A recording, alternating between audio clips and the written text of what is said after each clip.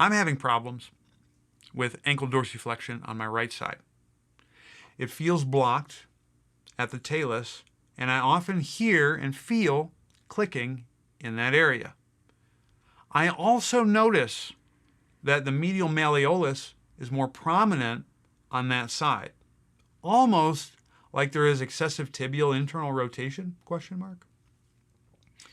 I was doing a movement screening and realized my hip internal rotation on that same side was very restricted.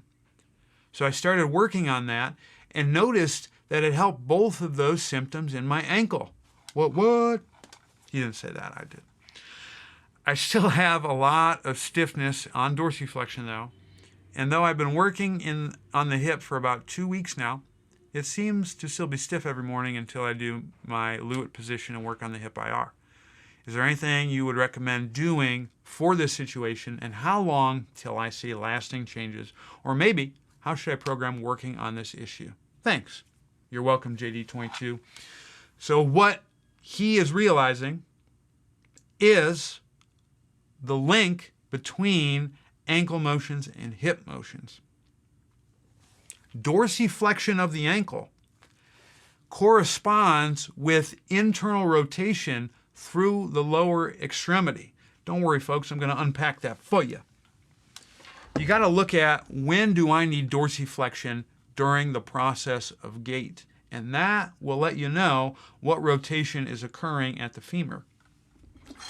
Dorsiflexion occurs predominantly at the ankle rocker portion of gait, which is mid-stance. So when I land, I have initial contact, the foot is going to be more supinated and plantar flexed, and then as I plop the foot down and I traverse the ankle over the foot, namely, which is the ankle rocker portion of gait, that's when we start to see ankle dorsiflexion.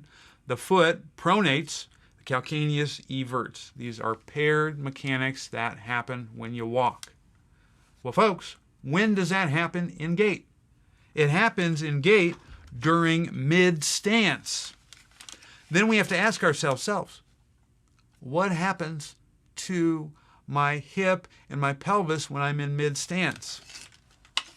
Well, what happens is, as I move forward, the pelvis drops down into adduction and internal rotation on the stance leg. In this case, it's going to be on the left.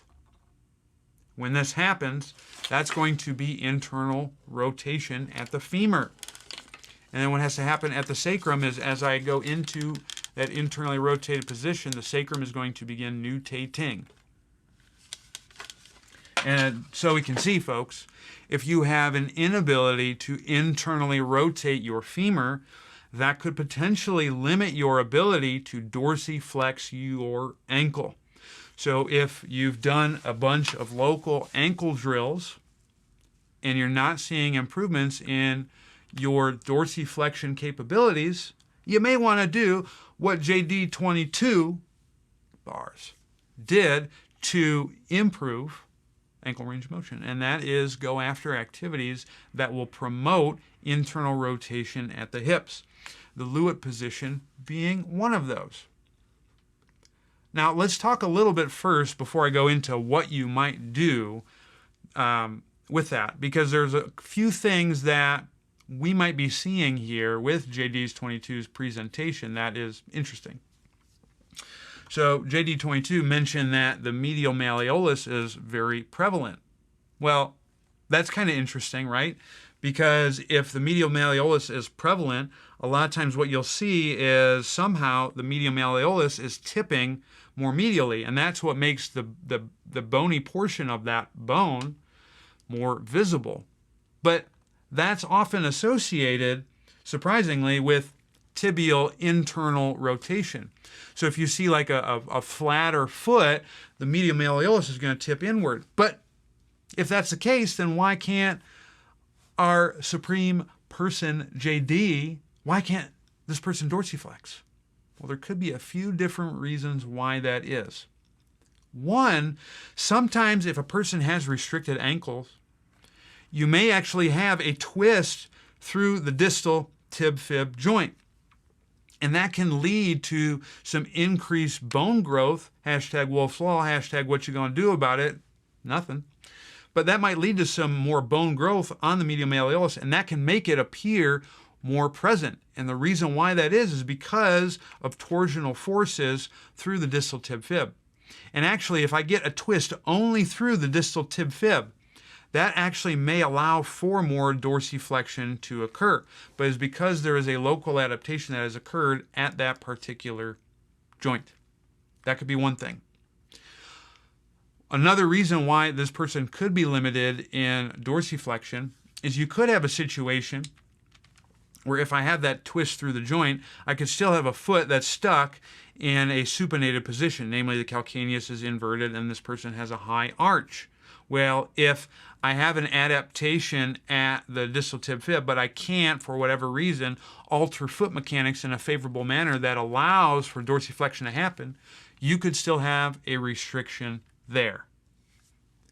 The other thing that could happen is the calcaneus could still be in an inverted position, but what you may have occurring is a twist through the foot joint itself where I have the midfoot driving into an everted position or a pronated position.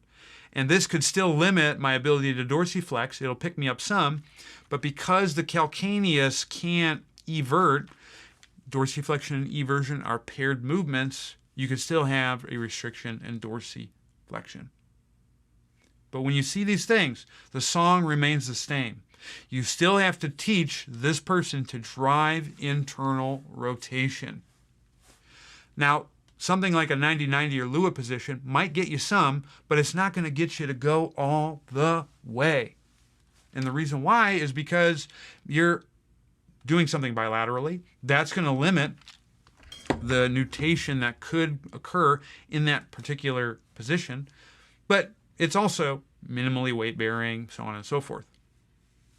AKA, it's probably going to get too easy at some point. So if you want to get things to stick, you could actually do the entire progression that we just talked about in our last question. You need to drive progressively more internal rotation and likely in more challenging positions. So working on your ability to split squat, that would be huge for restoring the ability to dorsiflex the ankle. Any of the stuff that we talked about could be useful. The one thing I would consider though is if you have someone who is severely restricted in the ability to dorsiflex the ankle, you might consider elevating the heel. And, well, Zach, but that's going to plantar flex and invert the ankle. I get it. But you're still going to be driving dorsiflexion, but you're going to be doing so at less of an end range position.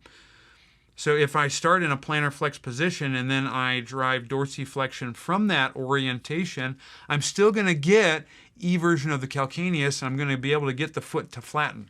It's just going to be easier for them to do it. So that would be the only tweak that I would make in the progression. And if you do that, JD22, no one ought to mess with you.